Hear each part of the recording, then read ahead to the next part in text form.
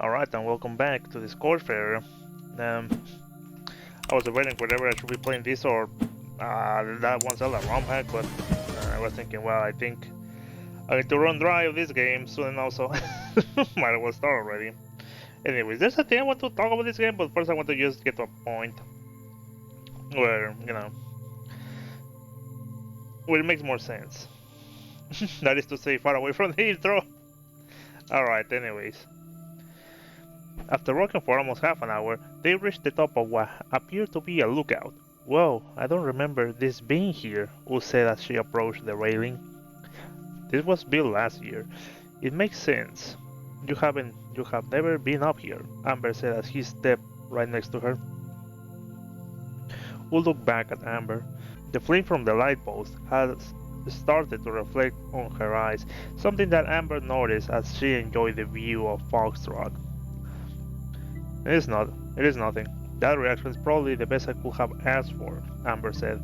After looking at Foxtrot for several minutes, they sat down at a bench near the crag on the other side of the lookout. Well, it's gotta be a word. I bet you teach me more about Foxtrot than I can. I barely leave home, Amber said.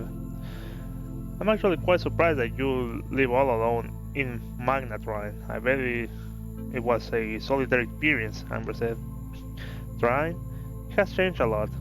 I had a few friends over there, most of them older couples, Wu explained. Wu looked up at the sky. The crimson ring had started to appear. Did you used to travel a lot? Amber asked.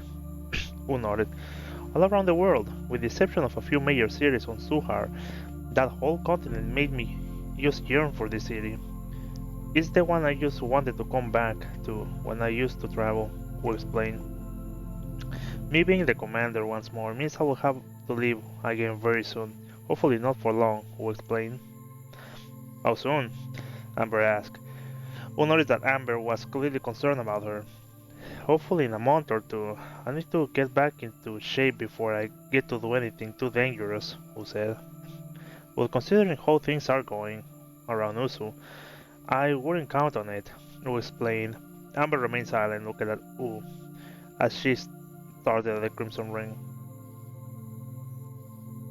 That thing has been there since before we were born.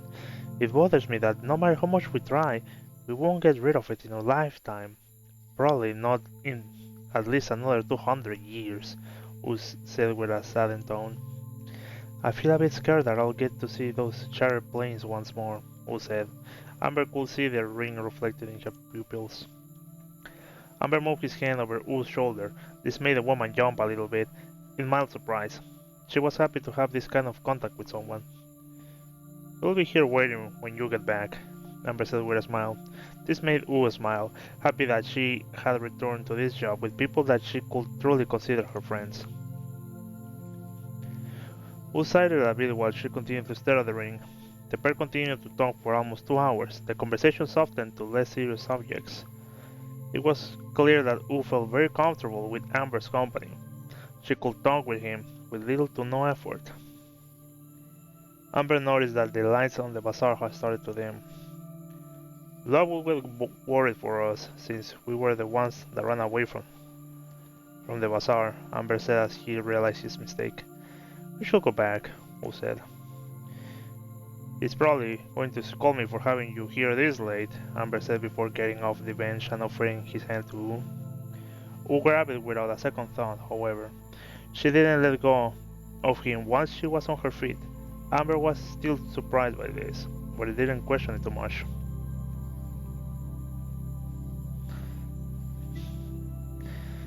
They made their way back to Foxtrot and directly towards the Brenbar's residence. As they had imagined, Vin and Lua were there waiting by the door. Vin noticed that Wu and Amber were holding hands as soon as they arrived.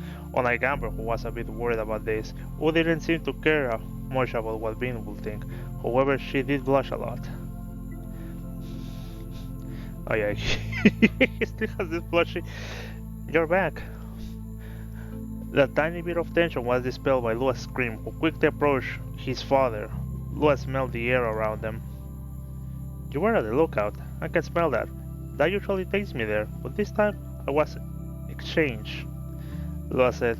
not really sounding hurt about it. I was thinking, I was exchanging this. I was thinking, then, oh yeah, she went there instead.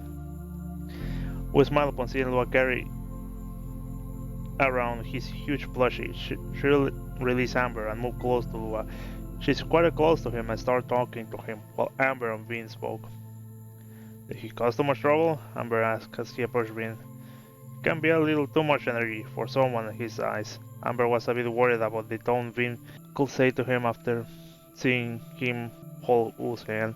Even though he knew how convinced U was about her relationship with Vin, he had no context from Vin's perspective.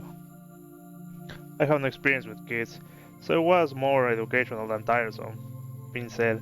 After putting his hand inside one of his pockets, he dodged the stare of Amber.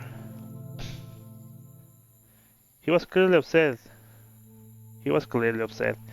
Amber realized that he shouldn't be speaking with him for now. After U and Lua had finished talking, Vin spoke.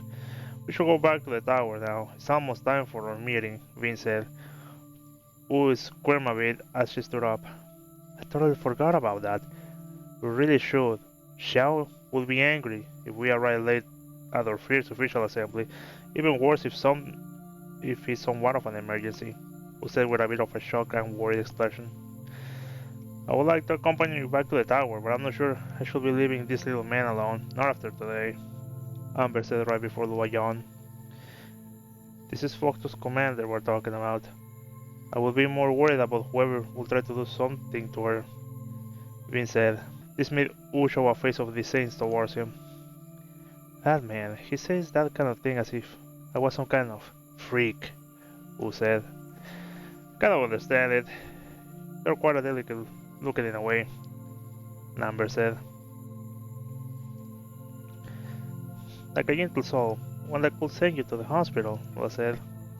She smiled at Lua and Amber's comment. It was unusual for her to get complimented in a genuine manner.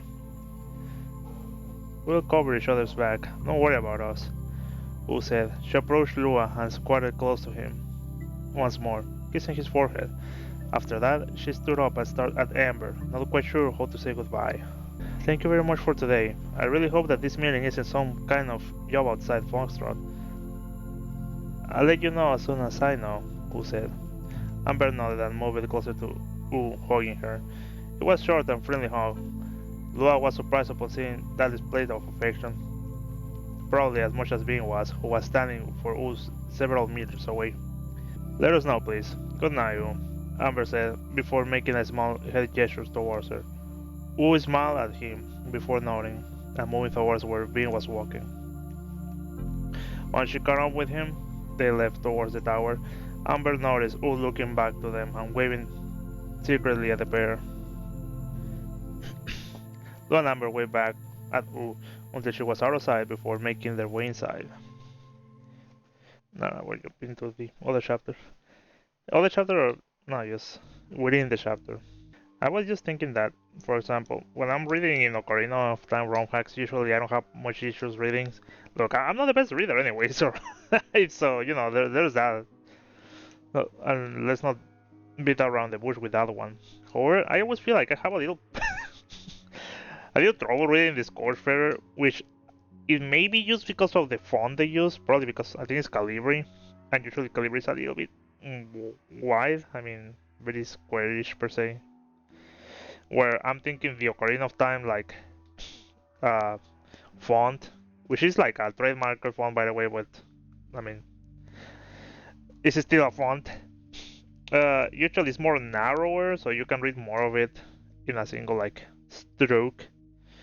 And I mean, of course, like Ocarina of Time being like a Nintendo 64 game, the resolution is like what is it, like 640 by 480p or 360p or something like that. Usually, uh, everything is more narrow, where you know here is more like widescreen.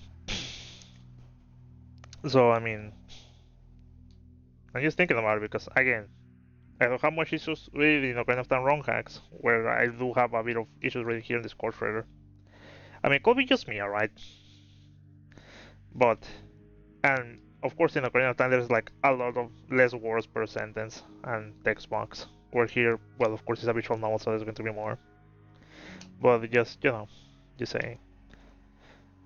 Are there visual are there visual novels in the Nintendo 64? Not that I know of, but could be wrong. I mean, there were on Super Nintendo. The Famicom Detective Club for one, which got a remake and a new game, by the way. Well, anyways, continuing. Uh, Agnes immediately went back to the East Wing library, placing Ika on the reading copy he was using an hour earlier, and then kneeled. I hope that guy doesn't know how to find us, or else nowhere is safe, Agnes said. He stared at Ika while she slept. Even if she was frail looking, she was more resilient than other girls that he knew. I wonder why that spell didn't affect me. I suppose it's related to this, Agnes said before poking one of Ika's horns. He moved his hand away almost instantly. Even with the current situation of the academy, classes hadn't stopped for regular students. Around this time of the day, they would be leaving their classrooms. Agnes was just making sure that there were any other students in the room already. Once he realized they were alone, he sat on the edge of the cubby. How do you work exactly, girl? Agnes asked himself. Ika didn't appear to be hurt at all, but her hair was all messy from being handled so roughly by Agnes. After staring at Ika for a moment, he looked out the window, having calmed down from the little encounter. He could see one of the platforms from the academy from there, or at least the edge of it. As, as expected, it was completely empty. After several minutes, Agnes heard a noise coming from Ika, the girl, slowly regaining consciousness. Ika moaned. Agnes noticed this and moved out of the way so she could have some breathing space. Ika, are you okay? Agnes asked. I thought you wouldn't wake up for a while. Ika appeared to stare at Agnes with a very weird expression. Her movements were sluggish and imprecise. I think we should leave as soon as you're feeling better, Agnes said as he looked towards the entrance of the room. She grabbed Agnes' hand, which made the man sit back down to her, next to her. Ika stared at Agnes with a mostly empty expression, releasing him the moment he sat next to her. Her wings neatly folded and shrank until they disappeared. Agnes couldn't help but feel worried for her, but before he could ask her something, she grabbed him by the neck. Oh, damn! Ika pushed Agnes down on the reading cubby's bed and kissed him on the lips. It wasn't an innocent kiss at all. Agnes could feel a tingling sensation in his lips and tongue, though it wasn't really painful. Yeah? Agnes was immediately taken aback by Ika's action. He could feel her body press against his, something he had never felt before. Agnes is like, we're still in school hours. So it's great to see us. Agnes kissed Ika back after hesitating for a moment. This was the first time he kissed anyone. He didn't think it would happen anytime soon, certainly not with Ika. Once their lips moved apart, he spoke with a confused expression on his face. You... since when? You never told me anything, said Agnes, as he continued to hold Ika close. It quickly dawned on him that it could be related to what just happened at the observatory. He wanted an explanation now, but secretly wished it was as straightforward as he envisioned. Ika's pupil dilated slowly as their faces made distance between each other. With a small hand movement, she grabbed into Agnes' shirt. Agnes could feel the tingling sensation he felt on his lips move to other parts of his body. He felt heavy, as he could barely feel his face. Ika's cheek turned red as soon as she realized what just happened, and she quickly got off Agnes and stepped back a few times.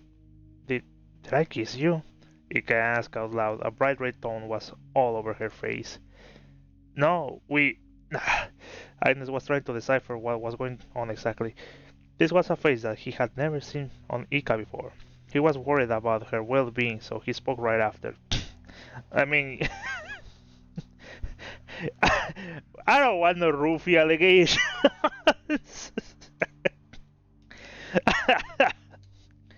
Considering like the guy is something to Ika, but not to Agnes. I mean, It could have been non-consensual, so you know, you're now in Faith's hands, buddy. You didn't just kiss me, Ika. Help me understand. Are you okay? Agnes said while he touched his numb lips. After a short sigh, Ika slowly made her way back and sat on the edge of the reading cubby. Agnes sat down next to her. Ika rubbed the tip of her horns as she moved her tail in front of her own face, embarrassed. After a few seconds of silence, they started to hear the steps of students filling the corridors of the academy. Classes had just ended. This made Ika hide her tail and horns just in case someone walked in. My mother explained to me that if I was ever drastically drained of magical energy, a sixth sense would be awakened within me, Ika explained. She placed her hands between her thighs, pushing the fabric of her skirt between them. She said that I would automatically search for the closest male to try to steal energy from them. In case they were magic users, I will also leech that from them. Ika explained without being able to look Agnes directly in the eyes. Oh yes, she's a succubus. They are succubus. Well, succubi. I mean, I was thinking, well, vampire demons. I mean, but because succubi seems like, you know, it will be too specific. But it is. But it is. Alright. Now we know. I'm sorry for being like this, and it will only be a problem. I hate being this thing, Ika said before she started to sob quietly. That way I keep my kinship with my mother a secret whenever she visited. Only you and a few others knew. People would people would probably just laugh at me and make jokes about it if they found out. Yeah, kids are cruel, Jack, and I'm in touch with my inner child. My mother was known as the boyfriend stopper or some stupid name like that during her academy years, only for being a lost Aphrid, even though she didn't bother anyone. She continued to explain with a deeply sad expression. Alright, that is the race. Essentially succubus, but you know, that's what they call here. A few tears fell on the crystal of her glasses since she was looking down. She removed her glasses and cleaned her with her sleeve. Well, you know what? I mean, as currently, because we have yet to finish this this part of the story. I mean, at least it was like that. That was her reaction, and it wasn't like fucking hate to say just generic anime like, yeah, what are you doing? Get away from me! I'm saying this is being handled pretty well because I mean, push comes to shove, she essentially assaulted her friend. So, yeah, so you know, a bit of consciousness, a bit of consciousness to go in this type of writing. All right, so well.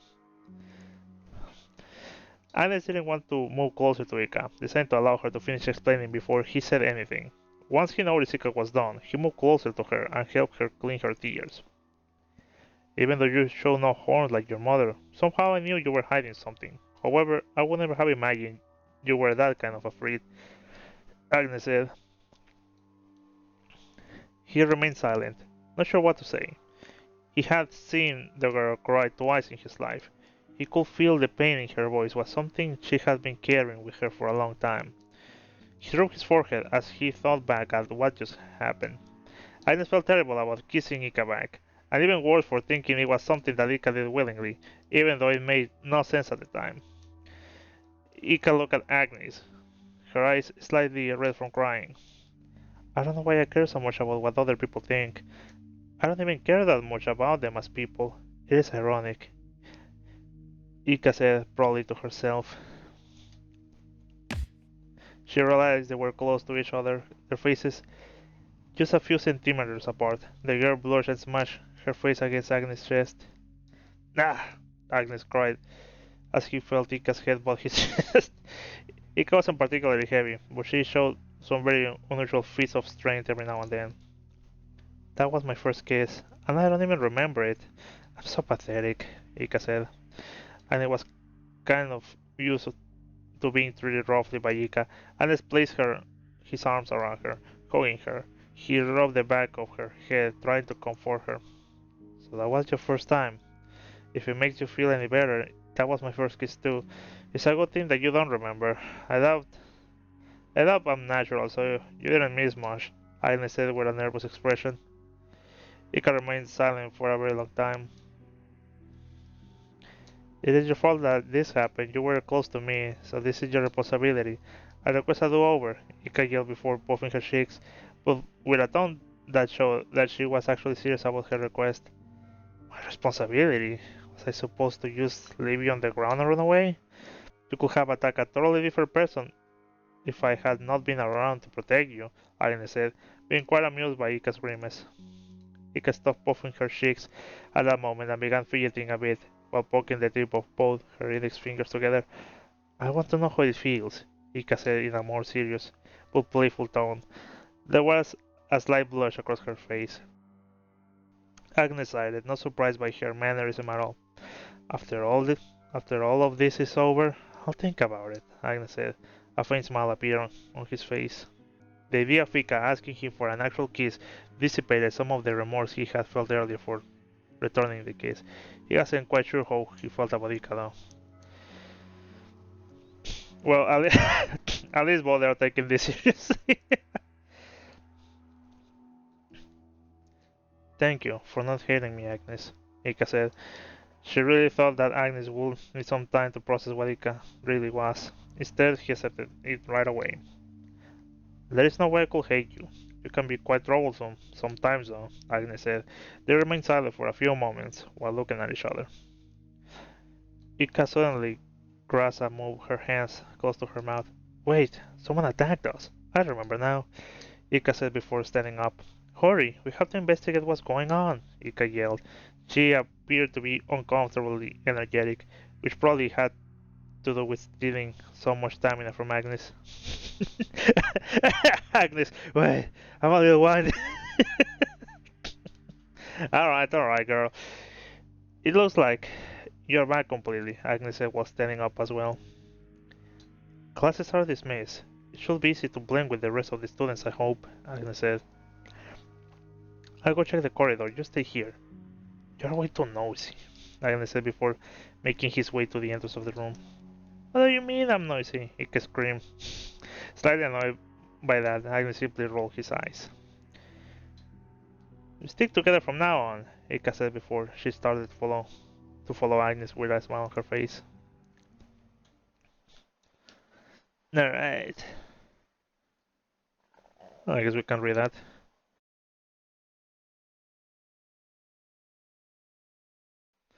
Well, I mean, they handle it pretty well.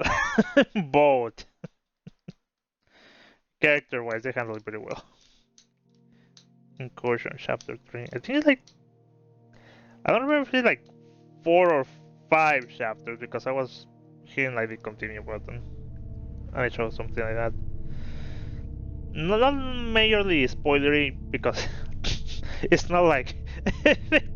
they put on the chapter title, this guy dies, or something like that.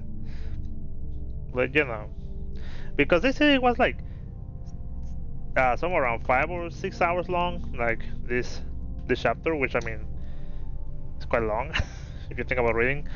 And I assume it's going to take plus 1 hour more if we consider that the pace I talk, the pace I read, and any commentary I do in between. Alright. Well, Acarias, the third largest underground facility in Nusu, located 200 kilometers south, west of Foxtrot. Its purpose is the creation of magical equipment and weapons, as well as any kind of research that requires large amounts of magical energy. Built in a ravine through which lava flows, the forge comprises 4 levels, each made for a different goal. The only way to access it was by riding a wyvern or any creature that could withstand the temperatures of the sun. The area surrounding the entrance was far too dangerous to approach by foot. While the forge output was mostly for use by Xiao's military, a lot of the weapons were sold to the Usu government or people that Xiao trusted. The bottom levels, or Acarias, were perfect for forging magical weapons, due to the direct contact that the personnel had with the magical charged lava. From the outside, the forge appeared as a lonely entrance sitting on the sea of fire, only protected by a magical enchantment that kept the heat out from the entrance. A rectangular cut stone platform with a single staircase that led downstairs to the first level of the forge. It was far from pretty, but it was practical. I'm trying to just make out like the background, like I presume this is an aerial shot and this is like giant planes, right? The conditions of that place made it impossible to have any other type of construction. A large dragon approached the entrance of the forge and circled around the magical barrier. A black-haired woman was riding it. Some battle equipment appeared to be hanging from each side of the dragon, this with the purpose of balancing out the cargo. This particular barrier allowed access when circling the direction of its current. This way the dragon got progressively closer to the entrance. Approaching the barrier straight ahead would be similar to crashing against a mountain. Once the dragon was on the other side, it moved directly towards the platform and landed. Ugh. The woman riding the dragon unmounted by jumping off. She made sure to unfasten the belt of the saddle as soon as she landed to prevent her dragon from overheating. The air is so dry, I miss Mare already. What about you? The woman said to her dragon, who simply huffed. Thought so, said the woman while looking around the enormous wasteland that surrounded the platform. She noticed the light coming from between the blocks of the forge under her feet. A faint white light was pouring out from the gaps on the floor. The enchantment kept the rock to an acceptable temperature. There was a huge entrance in front of her, enough for her dragon to pass through. Mounted creatures were meant to enter the forge because of the limited space on the platform. As soon as the woman was about to take her first steps towards the large entrance of the forge, she noticed that someone was living through it, someone that she had met before. Maldov moved closer to her and her dragon. I'm glad you could make it, Commander Millier, Maldov said with her eyes fixated on her. Shaw apologizes for notifying you on such a short notice, Maldov said before doing an elegant slow nod towards her. Don't even mention it. It is an emergency after all, Millier said as she approached Maldov. Even though she was Maldov's superior, she greeted her with the same head nod. Millier always held Maldov in high regard. As a retired Terra Magus, she had nothing but respect for the woman. Good evening, Maldov. What is the situation exactly? Millier asked. Maldov smiled at Millier with a slight surprised expression. Somehow she was always dumbfounded by how straight to the point Millier always was. Come with me. I was about to do a small briefing for everyone, Maldov said as she started to guide Millier towards the only entrance of the forge. Ugh, fire! What do you mean I'm running low in space? Just let me check on that real quick. I mean, usually you said like the C drive, which I mean, it's not the one I'm using for recording. But just, let's skip. Yeah. Just the C drive. However, I'm just going to stop the recording. Alright, just stop the recording just in case a crash or something like that happens. It normally doesn't, but better be prepared. Especially because we're already right like half an hour. Anyways. The dragon followed the pair as they made their way inside of Acarius. The long and pronounced steps denoted how improvised the construction of the place was. After moving inside, a tamer that was waiting took the reins of Millier's dragon and took it towards a secondary chamber in the opposite direction. Millier waved at her dragon as it was taken away. Millier and Maldov reached a large arch and a hallway that led them towards a flight of stairs, right into the first antechamber of Acarius. A large room with a tall ceiling that appeared to be a trade plaza of sorts. The room was packed with people, most of them talking to each other rather than using the installations. They were clearly not there because they wanted to. I have to be honest with you. This whole operation was planned because of a personal request I made to Xiao. She wanted to wait a little longer, but I insisted, Maldov explained. This type of intervention is prohibited by the Usu government, considering the implications of any of the Action 5 setting foot inside Lupomo with the intentions of seizing control. It must be quite serious. You aren't the kind of person that would request something like that over nothing, Meteor said with a slight surprised expression. I was informed about the whole ordeal a few days ago, but it never crossed my mind that it could get to this point, Meteor said as she looked through the crowd, wondering if she would recognize anyone. A handful of people stared at Meteor as she walked towards them. By the look on their faces, her presence was a cause of concern rather than relief. Meteor noticed that these people were mostly middle-aged, which made a lot of sense. They were the parents of the students trapped in Lupomo, uneasy and hesitant, some of them even angry. They rode all the way over here. The parents. I mean, well, all right. I guess this type of thing that could happen in this world. The whole thing will be an assembly on town hall or something. Well, whichever the case. Even if only one South Commander had been summoned, it would be enough to make them think something is very wrong. Just like everyone in here, I need to get to Lupomo. I need to get to my daughter, Maldop said in a sad tone. This is a massive blunder by the Uso government, and if they cannot get their people in here fast enough to fix this mess, we will, Maldop exclaimed in a very personal, less than formal tone. As soon as they were close enough to the group, Maldop came to a halt. Melia recognized a few people in the large group in front of them, most of them clueless about fighting, but smart nonetheless. A lot of them were writers and scholars that she deeply respected. Her eyes eventually landed on a very tall person that she knew very well. Reisu, Melia said under her breath as she looked at the man. He appeared to be talking with parents, trying to calm them down with his unusually sharp social skills. With her eyes on Reisu, Melia spoke. I'm not familiar with Lupomo's layout, Maldop. Please gather all the information you can before we leave. I know you were a teacher at some point. Anything that could be used to our advantage will be useful, Miller said. Maldop listened carefully to Miller. Of course, I understand, Maldop said before looking back at the large group of people in front of them. Maldop moved a bit closer to the group of parents and spoke in a loud and clear tone towards them. Maldop clapped her hands twice before speaking. Your attention, please. I believe we are ready to begin this meeting.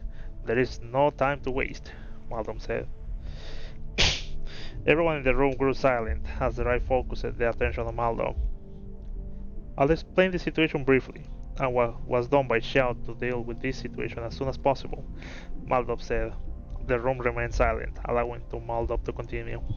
5 days ago, a magic squad arrived at Lupomo with the intention of apprehending Principal Knave. This was confirmed by the Usu government. However, the reason as why he was being arrested has been omitted from all official sources for unknown reasons, Maldop explained. The place was magically locked to prevent Knave from escaping the academy before they could reach him. However, this barrier only meant to remain up until he had been secured by this squad. Since this barrier hasn't been lifted, Xiao and the Uso government suspect that the arrest went wrong in some way or another. Only a few messages have been able to leave Lupomo, and from what we understand, neither the students nor the personnel inside know what's going on. After a very short pause, she continued. It is of importance that among the 11 Magi that comprised this group, 2 were Constellatio that were subcontracted by the squad leader. This caused quite some commotion among the parents, who now appear to be more nervous than ever. There were 22 teachers and 6 prefects at Lupomo at the time the barrier went up, a lot of them of all age. They aren't in good position to defend themselves in the case they need to do so. The Uso government has not been able to contact any of their parents, which means they are currently gathering an emergency team to fix this situation. Xiao wasn't sure if she should get involved, but it became clear to her that now is the time for us to intervene. We aren't sure when the government squad is arriving, so she has decided to enlist some of the South commanders to deal with this as soon as possible. A woman among the parents spoke out loud the moment Maldo finished her sentence. As soon as possible. It's waiting 5 days and praying that our kids are okay. Your idea of as soon as possible? The woman said, with a lot of indignation in her tone of voice. Miller was about to speak up, but Maldo raised her hand towards her to let know that she can handle it. May I remind you that Lupomo isn't part of Shao's jurisdiction. The moment any of the South commanders get into a fight inside Lupomo, this will mean an immediate breach of the 4 Stars Terra Firma Treaty, Maldo responded. It is a very tough decision for Shao as well. It will take at least a few years of work to get the situation under control, if we get there before the government squad, Maldo replied. This is our children we're talking about. Giving more importance to your stupid bureaucracy over the lives of our children is disgusting, the same woman said. Yeah, well, I get it, but I guess it could be seen as an act of war. Some places, you know, a military or a special team going to a place where they shouldn't be or have no jurisdiction. It gets crazy like that. It's not impossible, they require permission. A few parents around her agreed by nodding their heads. To Miller's surprise, Maldo was perfectly calm. I understand how you feel. My daughter is in Lupomo as well, Maldo said. This made the woman in the crowd simply sigh silently, as if trying to control her emotions. Shaw apologizes profusely for taking this long, but considering the information we have, we know that the students are currently safe, Maldo continued. Ooh. Again, I must ask the developers to put the full art on for download. I mean, this will makes for very good backgrounds. But a very nice combination of, you know, this type of green. It's not seafoam, but you know, it's not like green. It's kind of like moving towards blue. Yeah, it all looks very nice. Nice composition.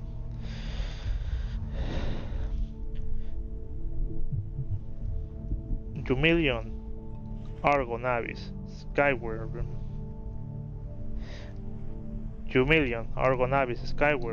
Circled the academy this morning and did a full echo scan of the interior. The barrier appears to be weaker compared to the first scouting done a few days ago. Oh, the academy is the Weaver thing. Oh, interesting. Very nice. According to Argo Navies, this doesn't appear to be a hostage situation, at least not a direct one. Students are still carrying out their daily activities. He was also unable to locate the Constellatio. Based on this information, we have suggested a full frontal assault towards the Academy. Commander Miller here has asked for your cooperation. If you're familiar with the Academy, we ask you to keep any information that could be used to plan this attack out. We want to avoid any casualties or injured students after all, Maldo finished. After being approached by several parents that spoke directly to Maldo, Miller moved through the crowd towards where Reizo was. Miller will usually describe the man in her mind as someone with very unusual tastes. Reizo, how long has it been? Since the last time you visited Volvitas. Oh, Volvitas, I think it's Volvitas. Miller said with a serious expression, even though she was clearly happy to see him. Reizo began moving towards her when she was just a few meters away from her. Wasn't during the old New festival? Miller asked the moment she stopped moving. Reizo didn't respond to that question either, and as if it was expected from him, he embraced Miller in a hug. The commander didn't seem to understand personal space. The hug didn't last long, and he moved away from Miller soon after. Now we can check stuff. Are you going to tell me you're feeling lonely in Mayor? Would you want me to come visit more often? I have to warn you, I don't have any more bottles to bring as gift, Reizo said with his usual carefree voice. Can check the place. Yeah, you can check the lab. Many of my birds have died because of Aquarius temperatures. I cannot resent this place. Many? I'm sorry to hear that. Do you have to send these birds here often? I did send them a lot, many years ago, but only during emergencies now. The high mortality rate of the Gamma Road convinced Xiao of reducing the amount of birds that we send around this area. I got quite a few smaller dragons in case you need help. You should consider using them to cover the demand. My birds will appreciate the help. Thank you. Oh, that was all of them. Alright, mate. A year and 3 months ago, Razor continued, without dropping his smile. I am fine, Miller said while she fixed her hair. I wouldn't mind seeing you more often. A good excuse to forget how stressful being a commander can be. And as I have said, the bottle isn't needed to come visit me, Miller said before she remained silent for a moment. But now that I think about it, it has been years since I visited Argostos, Miller said, realizing how she was being considerate to him. You haven't missed much. It is just as toasty as it always has been, Razor said. He looked back towards the worried parents. His face quickly changed from his gentle expression to a more serious one. He signaled Miller to follow him. Miller complied and walked away from the crowd along with Razor. I visited the academy a few weeks ago with the intent of selecting a few graduates for a project I have in the works, Razor began to explain. Nape appears to be quite brittle. You know how he is. When it comes to his previous crimes, he becomes difficult to deal with. However, it was very atypical. Why would he behave like that during such a casual visit? Razor mused. Mused? I don't know.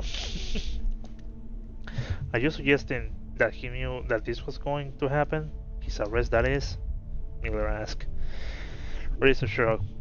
Could be a possibility. If that is the case, that will explain why the whole arrest went haywire, Razor said. Miller thought for a moment. Could it be that an old crime has reemerged and Nape has been linked to it? Miller asked. He was granted full amnesty from his past crime. It would have to be something very serious to have him arrested again, Razor said. The pair stopped far away from the group of the parents. I wonder if he really is still in the academy. That man is skilled enough to move through that barrier, Miller said. Razor was deep in thought, looking towards the crowd of people. If Xiao asks you to come, this is probably going to escalate to violence. You specialize in offensive magic after all. If it had been only me, Maldo probably would have suggested an extraction kind of operation, Miller said while thinking about it. That makes me wonder if we'll get any other reinforcements, Razor said. If they are coming, they better get here soon. I don't think these people are willing to wait any longer. I have a feeling that this is going to be a mess, Miller said. Razor didn't respond at all and simply closed his eyes after a few seconds, as if he was meditating. After a few minutes, Maldo moved close to them. Xiao asked me to not send requests to Quiz. She is aware that you and Sin have fallen out, Maldo said directly towards Razor. Razor smiled without opening his eyes. I will have to thank her personally, he said. Something tells me that you two know each other more than I am aware of, Miller said as she noticed the friendly tone they used with each other. Maldo and I were together during some training lectures to become prefects. At some point in my life, I wanted to impart classes, but I never got around it. Razor explained. He opened his eyes. You skipped most of them, Maldo said with a smirk. Razor frowned a bit. Let's just say I found out what I was really interested in during that time, Razor said. My idea of you being a bad student isn't that much of a shock to me, Miller said while fixing her hair a bit. Razor smiled at Miller before looking back at Maldo. Is anyone else coming? He asked. Maldo remained silent for a moment. I wondered that myself. I left Foxtrot 2 days ago, so I can't say for sure. Perhaps, Maldo said while staring at the space between Razor and Miller. Both commanders stared at Maldo for doing so at each other. Maldo, did you gather any important information about the Academy? Razor asked, which took Maldo out of her deep thought. Maldo released a short gasp as she realized she lost her thought. Maldo realized a short gasp as she realized she got lost in her own thoughts. She nodded. I guess they're going to raid this fortress. So shut up. Alright. I'm just thinking how much longer this is going to be. I mean, it's just that. Well, I think I'm gonna cut it here because I mean, I think I have been reading better this time around, but usually it just gets to a point when I start just winding down, and I think it will be better if we just keep it simple. But I don't know. I don't know how much longer it is before it's done, because it could be just 1 hour something more, and then we're done. But if not, I decided I wanted to talk about something deeper into the video. But now it's like, I think it would be better if I do it like at the end. Because I think it's just like, an overall thing with this visual novel. But I guess we'll see. Anyways, yeah, I think I'm gonna call it this here. So, well, thank you so much for watching. Guess I'll see you when I see everyone. Take care. Remember to stay safe. Brush your teeth, floss your teeth, and well, I mean, so far so good. I think we managed to do something around here. Alright. So, well, so far so good. I mean, I guess I need to write a couple of things about what I think, how I feel, or whatever about this visual novel. I mean, so far it has been great, alright. So, well, yeah, I guess we'll do that when we do that anyways. See you.